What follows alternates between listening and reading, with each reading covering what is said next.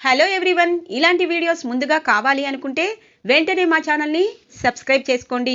Upcoming రివ్యూలోకి వెళ్ళిపోదాం. Episode start అవ్వంగానే Raj ఆఫీస్కి వెళ్ళడానికి రెడీ అవుతూ ఉంటారు.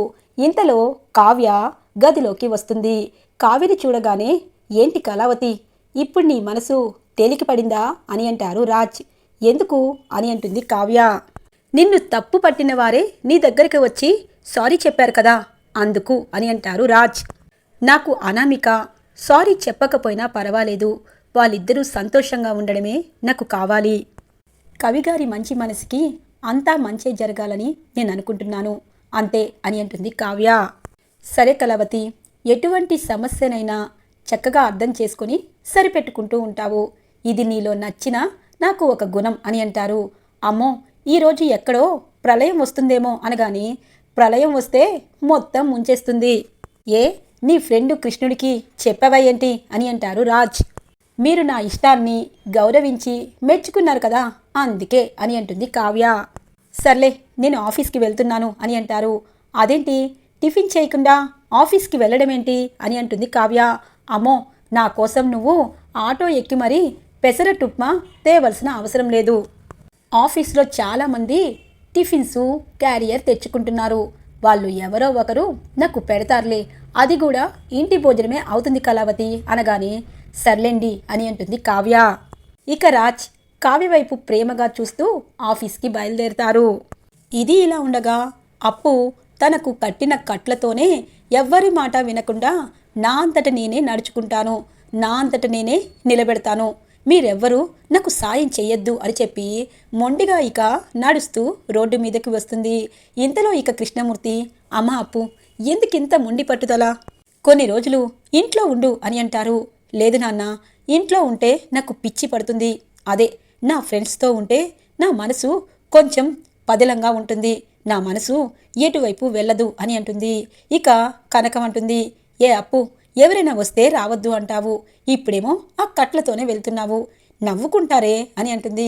అమ్మా, నవ్వుకున్న వాళ్ళ పల్లె బయటపడతాయి, నాకు ఏమీ అవ్వదు కదా అని చెప్పి ఇక వెళ్తూ ఉంటే తన తోటి ఫ్రెండ్స్ ఉంటారు కదా, వాళ్ళందరూ, అప్పు ఎందుకప్పు మీ ఇంటికే వస్తున్నాము, నీకు టైంపాస్ ఉంటుందని అని అంటారు. ఇక అప్పు ఫ్రెండ్స్, అదేం లేదురా, నాకు కబడ్డీ పోటీల్లో నెగ్గాలని ఉంది, కానీ మీ అందరికీ నేనే చెప్పి నేనే మూలపడిపోయాను అని అంటుంది. అది కాదులే అక్క, నీ మనసంతా కళ్యాణ్ బావ దగ్గర ఉంది కదా, కళ్యాణ్ బావకి పెళ్ళైపోయింది, ఒక్కరోజు ముందు చెప్పినా కళ్యాణ్ బావతో నీకిచ్చి పెళ్లి చేసేవాళ్ళం అని అంటారు. నోరు ముయ్యండి, ఇకపై కళ్యాణ్ పేరు కళ్యాణ్ గురించి నా దగ్గర చెప్పద్దు, కళ్యాణ్కి పెళ్ళయింది, చాలా మంచివాడు, తన బ్రతుకు తను బ్రతుకుతున్నాడు, అందుకే తన గురించి ఎప్పుడు నా దగ్గర తీసుకురావద్దు, ఇంట్లో అందరూ అదే గోలని ఇక్కడికి వస్తే మీరు కూడా అదేనే, ఛీ అని అంటుంది. సారీ అప్పు, సారీ సారీ అని అంటూ ఉంటారు అప్పు ఫ్రెండ్స్. ఇది ఇలా ఉండగా అనామిక కళ్యాణ్ దగ్గరికి వస్తుంది. చెప్పు అనామిక, ఎందుకు మా వదినికి సారీ చెప్పావు, నిజంగా నీ మనస్ఫూర్తిగానే సారీ చెప్పావా అని అంటారు కళ్యాణ్.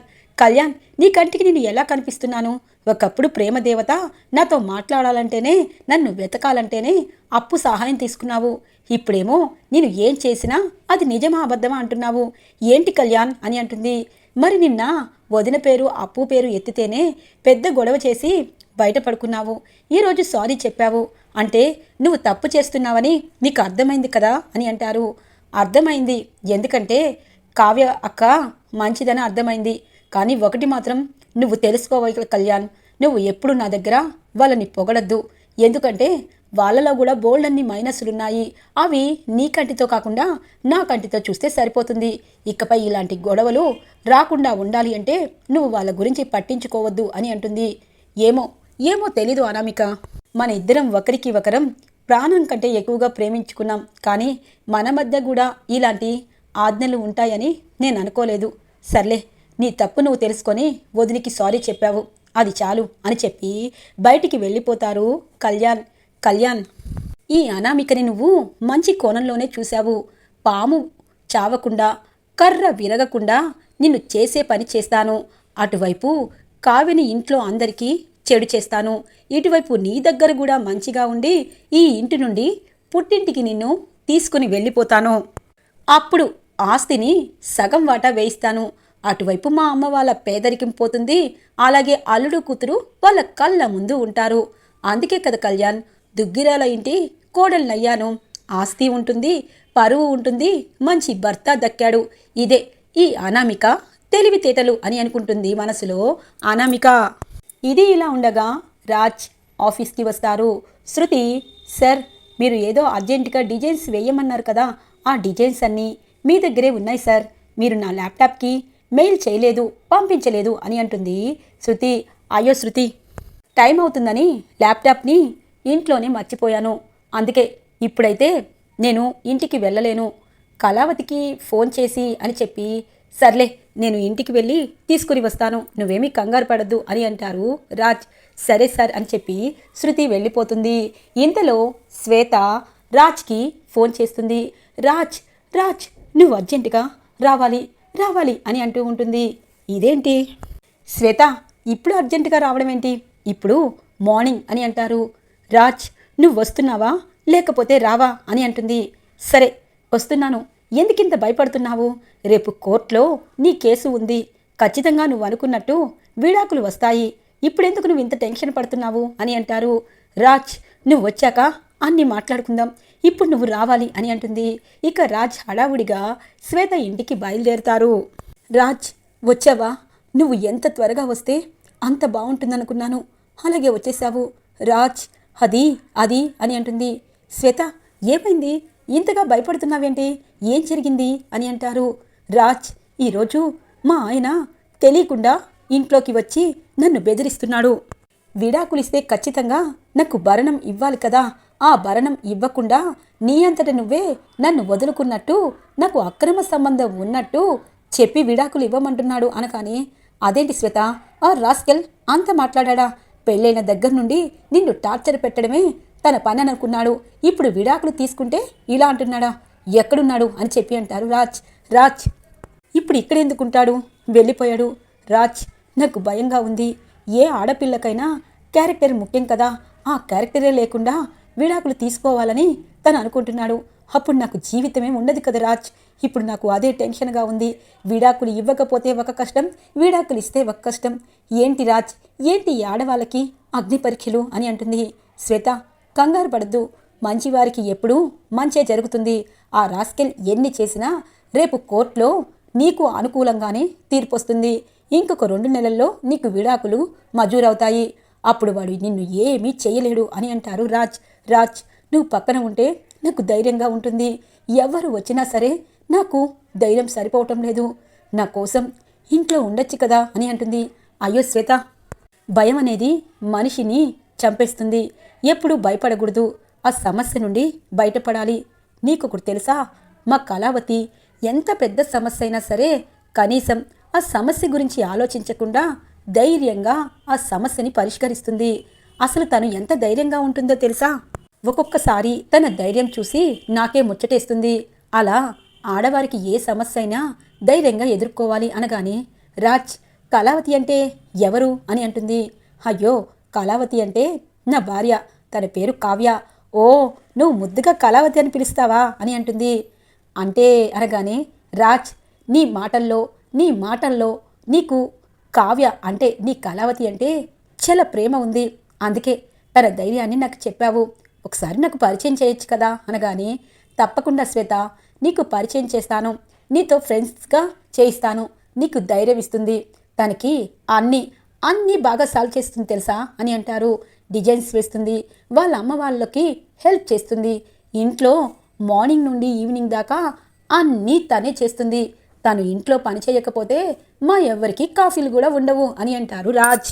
రాజ్ నీ భార్య ఎంత అదృష్టవంతురాలు, ఏ భార్యకైనా భర్త ఇలా ప్రేమగా తన గురించి ఆలోచించడమే కావాలి, కావ్య చాలా అదృష్టవంతురాలు అనగానే, ఇక రాజ్ తనతో ఉన్న బంధాన్ని మొత్తం గుర్తు చేసుకుంటారు. పాపం కళావతితో ఎప్పుడూ ప్రేమగా మాట్లాడలేదు, ఇంట్లో వాళ్ళంతా ఏ తప్పు చేసినా కళావతినే నిందిస్తూ ఉంటారు. కానీ కళావతి అవన్నీ గుర్తు పెట్టుకోకుండా రేపటి రోజు ఏం జరుగుతుందా, నేను ఏం చెయ్యాలని ఆలోచిస్తూ ఉంటుంది. నిజంగా ఒక ఆడపిల్ల ఇంత ధైర్యంగా తన సమస్యలని పరిష్కరించుకోవడం నిజంగా అది మంచి ఫలితమే. కానీ ఇప్పుడు నేనే తన్ని భార్యగా అంగీకరించటం లేదు అని మనసులో అనుకుంటారు రాజ్.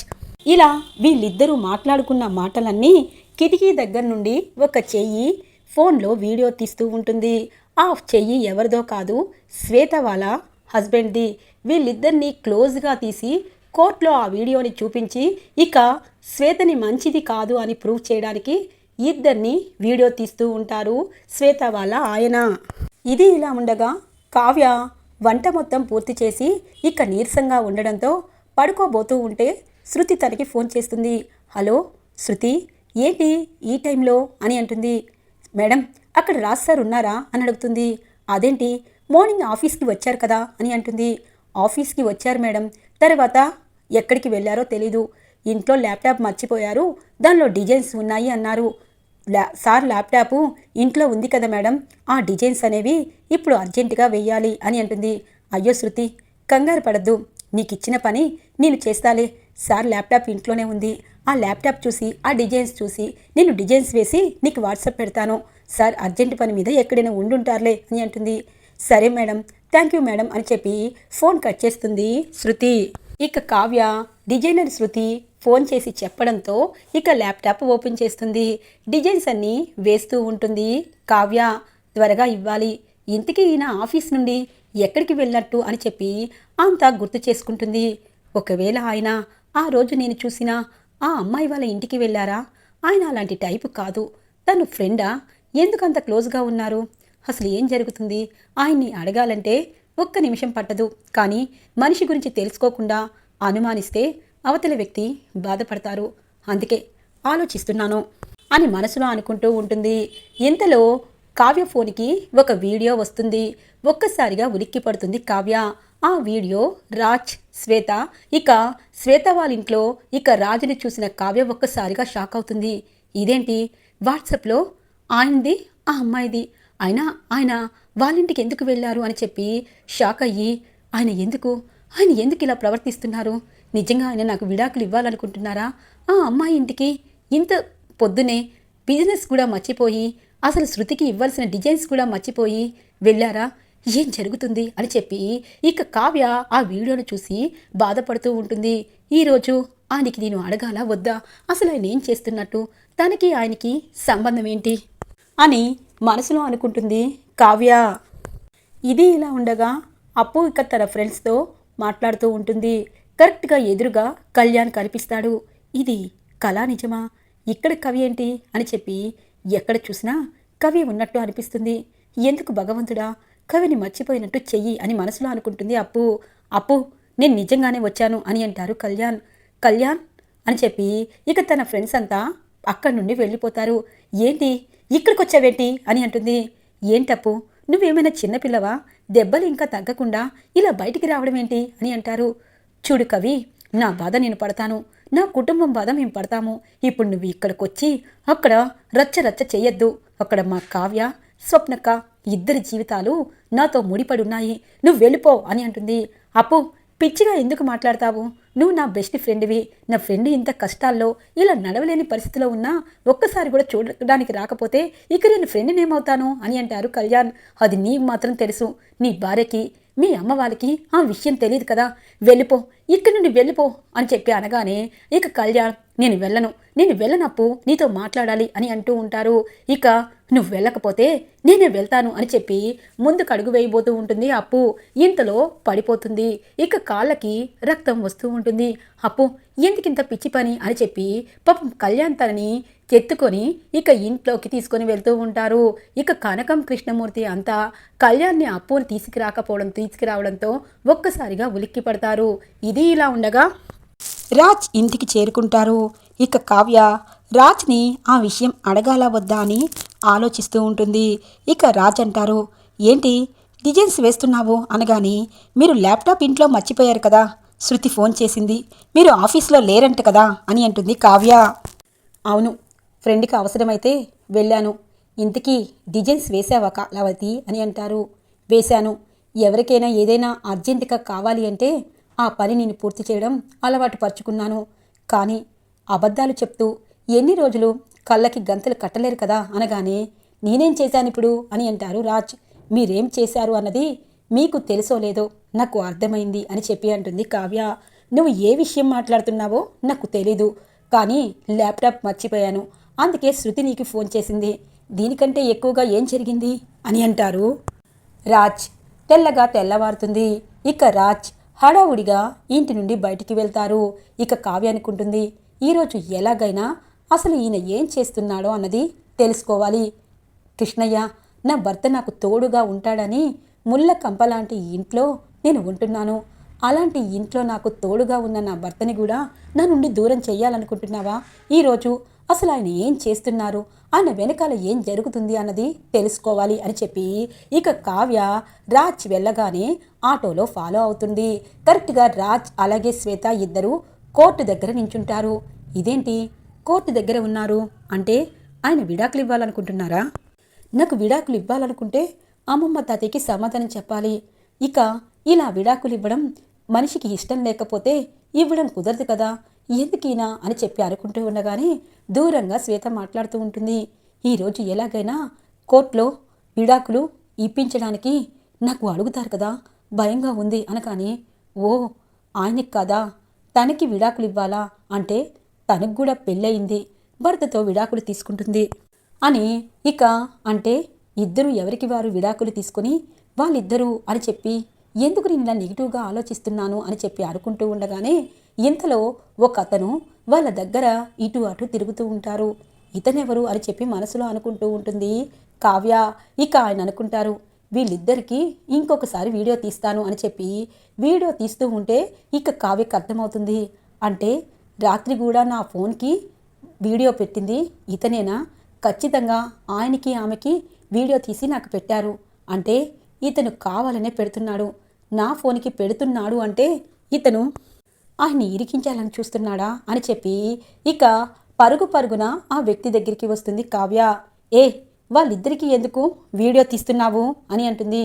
వాళ్ళిద్దరూ చాలా క్లోజ్గా ఉన్నారు, అందుకే వీడియో తీశాను. నీకు పంపించానా అని అంటారు. నాకు పంపించావురా, నువ్వే పంపించావు అనగానే, ఓ ఆ ఎదురుగా ఉన్న వ్యక్తి నీ భర్తే కదా, చూడు నా భార్యతో ఎంత క్లోజ్గా ఉన్నారో, ఇప్పుడు నాకు విడాకులు ఇస్తుందంట అనగానే, నీ భార్య ఎటువంటిదో నాకు తెలీదు, నా భర్త మాత్రం శ్రీరామచంద్రుడే, ఆయనకి ఇలాంటి అలవాట్లు లేవు, నువ్వు ఇలాంటి వీడియోలు ఎన్ని పెట్టినా నేను నమ్మను. ఇలా భార్య వేరే వ్యక్తితో ఎవరితో మాట్లాడుతుంటే దొంగతనంగా వీడియో తీస్తున్నావంటే నీ క్యారెక్టర్ ఎటువంటిదో నాకు అర్థమైంది, అందుకే నీ భార్య నీకు విడాకులు ఇవ్వాలనుకుంటుంది. నిజంగా భార్యని సక్రమంగా చూసుకుంటే నీకు ఇలాంటి అలవాట్లు ఉండేవి కాదు అనగానే, అంటే మీ ఆయన్ని నువ్వు నమ్మేశావన్నమాట, నన్ను వదిలేసి వాళ్ళిద్దరూ పెళ్లి చేసుకుంటే ఏం చేస్తావు అనగానే, నేను చచ్చినా నమ్మను, నా భర్త లాంటి పని ఎప్పుడు చేయడు అని అంటుంది కావ్య. కరెక్ట్గా అప్పుడే ఇక రాజ్ కావ్య మాటలు విని వెనక్కి తిరుగుతారు. ఇక ఒక్కసారిగా ఉలిక్కి పడతారు. కళావతి నువ్వు అనగానే, అవునండి నేనే, ఒక్కసారి నా ఫోన్ చూడండి అని అంటుంది. ఫోన్లో వాళ్ళిద్దరినీ క్లోజ్గా ఉన్న ఫొటోస్ తీసిన వీడియో కనిపిస్తుంది. ఈ వీడియో నీకెవరు పంపించారు కళావతి అనగానే, ఇదిగో ఇతనే నీ ఫ్రెండ్ వాళ్ళ హస్బెండ్ అనగానే శ్వేత కూడా ఈలోపు వస్తుంది.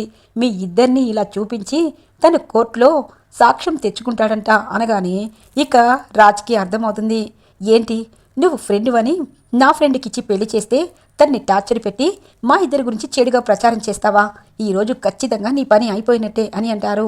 ఇంతలో శ్వేత అంటుంది, చూసావా రాజ్, ఇతను ఎలాంటివాడో, వీడితో విడాకులు తీసుకుంటాను, ప్రశాంతంగా ఉంటాను, మీ భార్య ఈరోజు రాకపోతే మన ఇద్దరి భవిష్యత్తు కూడా వీడి రోడ్డు మీదకి పెట్టేవాడు అని అంటుంది శ్వేత. పెడతా, మీ ఇద్దరి మధ్య అక్రమ సంబంధం ఉందని కోర్టులో రుజువు చేస్తాను అని చెప్పి పరుగున కోర్టు వైపు వెళ్తూ ఉంటారు శ్వేత వాళ్ళ హస్బెండ్. ఈరోజు ఎపిసోడ్ ఇలా ఇంట్రెస్టింగ్గా ఎండ్ అవుతుంది ఫ్రెండ్స్. రాబోయే ఎపిసోడ్స్ కోసం మా ఛానల్ని సబ్స్క్రైబ్ చేసుకోండి. Thanks for watching friends.